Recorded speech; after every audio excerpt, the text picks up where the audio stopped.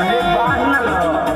हो नीचे वाला में काला धागा बांध लीजिए हो नीचे वाला में काला धागा बांध लीजिए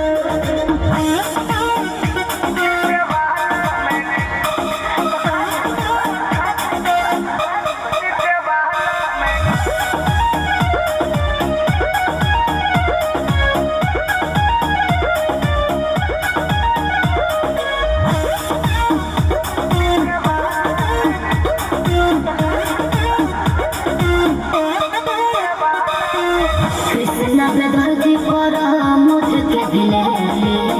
ऐसे अकेले रहुआ रिक्स जन खेले हर बर्बाद हो जाए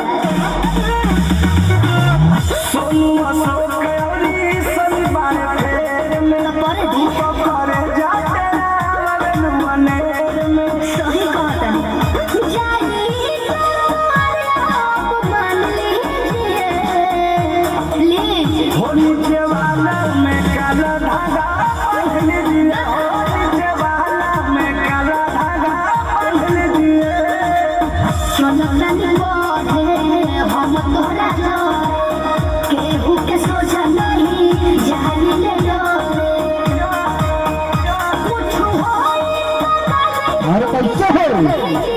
क्या बात है अच्छा ये बात है हमारे धावा में काला धागा बांध क्या बात है